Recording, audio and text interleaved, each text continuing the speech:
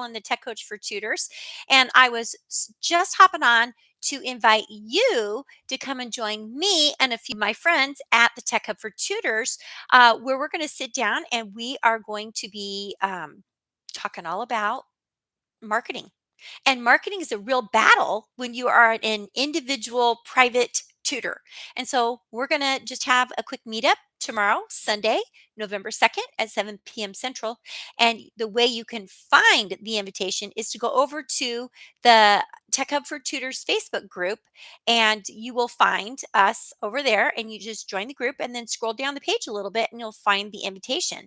So I'm going to kind of leave that up to you. If you want to join, there's a couple steps. So let me make sure that I've got the correct link copied here, and then I'm going to put that link for the Facebook group over there in in the comments, and you can click on it and just go down just a little bit, and you're going to see that.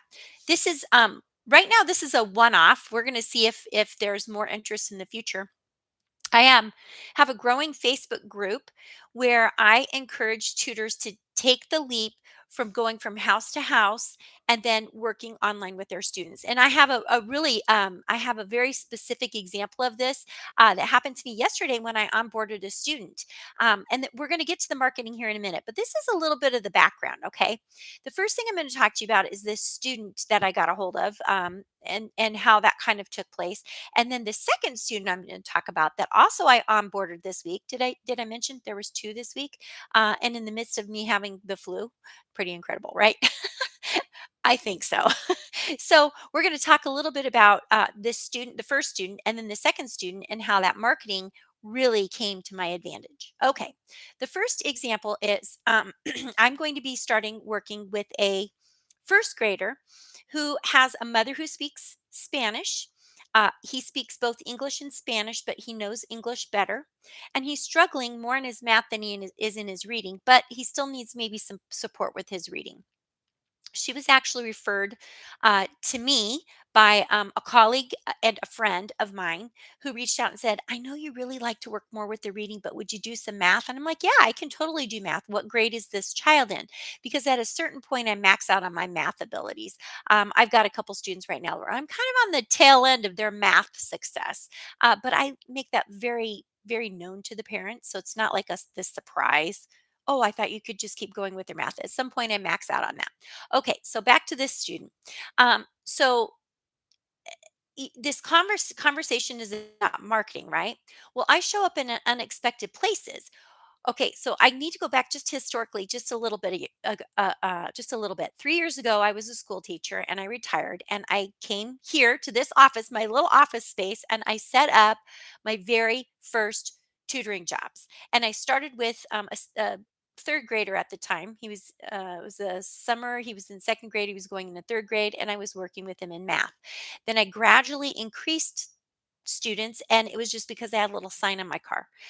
Okay, leading up to this conversation where I had the teacher referral, I then rebranded myself as a reading tutor because it just works out better for me to do it online, and I'm actually really good at it, and I really enjoy it as well. So this friend of mine knew that I was still doing this, and she's like, "Hey Cheryl, can you meet with this family?" And I said, "Yes," because I've still been out and about in the community and sharing, and I've also been posting social media content. I'm now running I've run a newspaper ad, and I've done a radio ad, and now I most recently did some Facebook ads.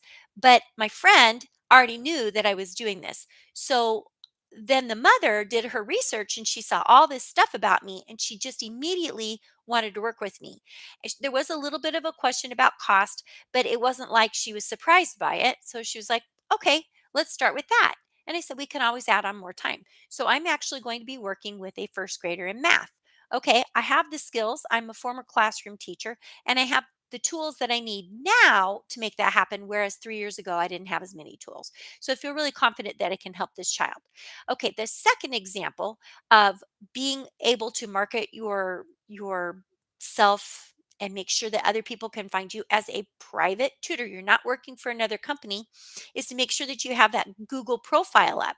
And I have this, my Google profile has been optimized, and I I probably don't get on it as often as I should. But you could literally just go with a Google profile page or business page, and you could be very successful with that, especially if you're in a larger area. But this family is in a very rural area like I am. Remember my picture up there? Our farm. We're in a very rural area. Okay. And she was struggling because she's not too far from me, but it would be a little bit of a jaunt for her to come to my house. Both of these parents could come to my house if they want services. But I also talked to them about, then you're traveling because I don't travel anymore. You're traveling. You're wasting 25 minutes in your car. Your child's only coming for a 30-minute lesson because they're so young. And then you're having to go home. So really online tutoring is better for your child. And it might be a little bumpy at first, but any new experience is a little bumpy. But once we get going, you're going to see that it really works. And I said the same thing to both parents. Well, when I asked this other parent, and I'm going to be working with a fifth grader, and he's behind on his reading, and we're just gonna just go little steps at a time. um, and I was talking to her about it, and I said, "Where did you find me?" She said, "Your Google profile page." So when we're talking about marketing, it's not just one thing, and I think that's where maybe we can kind of get hung up on.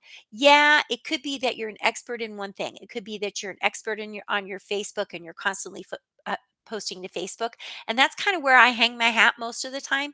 But I cross post over to Instagram or vice versa, and that keeps me visible on both social platforms. But don't forget about going live on TikTok, or doing Instagram lives or Facebook lives, or YouTube lives. And then inside of your YouTube live, when you set it up, you can then click and put it on a playlist so that it's specifically coming up in one area, or you can just leave it blank, and then it's just there. So these are some of the behind the scene things that I'm going to be talking about in our meeting, and I want you to come. I want you to learn from my experiences, from my good things, and from my not so good things, because it's not always perfect. And I think that's what we need to be okay with, is that what you're putting out there doesn't have to be perfect. Of course, we want to make sure things are spelled correctly. Hopefully, all my stuff's spelled correctly, because sometimes I find that I've made a mistake. But we want to make sure that we are sharing information, that we're talking to a pain point for parents. And if we're not talking to the pain point, we're just white noise. Okay. So just that psh that you hear in the background, when you're, well, that used to be a long time ago. This sound machine that your child might fall asleep to, that white or brown noise, or whatever they call it now. So we don't want to be that noise. We want to capture the attention. And so I'm actually looking forward to this, because I mentioned in our Facebook group that you guys can come and look at my Facebook ad and tell me, what should I do differently? What should I do differently? I'm getting good hits on it. I'm paying the bill. I know people are looking at it. And is it going to convert?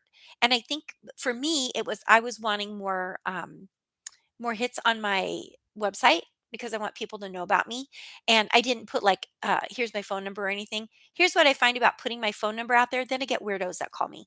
So if you really want to contact me, and you really want your child to have services, you're going to use your contact us, or my contact me page on my website to find me.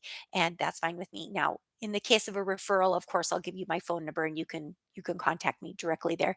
And my phone number and my information, that's all on my Google profile page. So, you know, there's a way for people to connect with you if they are really serious about connecting with you. But you have to answer to their child's pain point. So when you're doing your social media, make sure that you're talking to their pain point, and show up at our meeting, and we'll look at your social media, or we'll help you start to create some, and maybe we can make it a bi-monthly chat.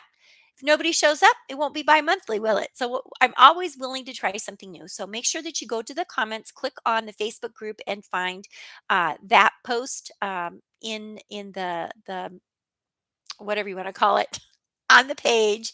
Scroll down just a little bit, and you'll find it. Okay, make it a great day. And as usual, keep the learning going.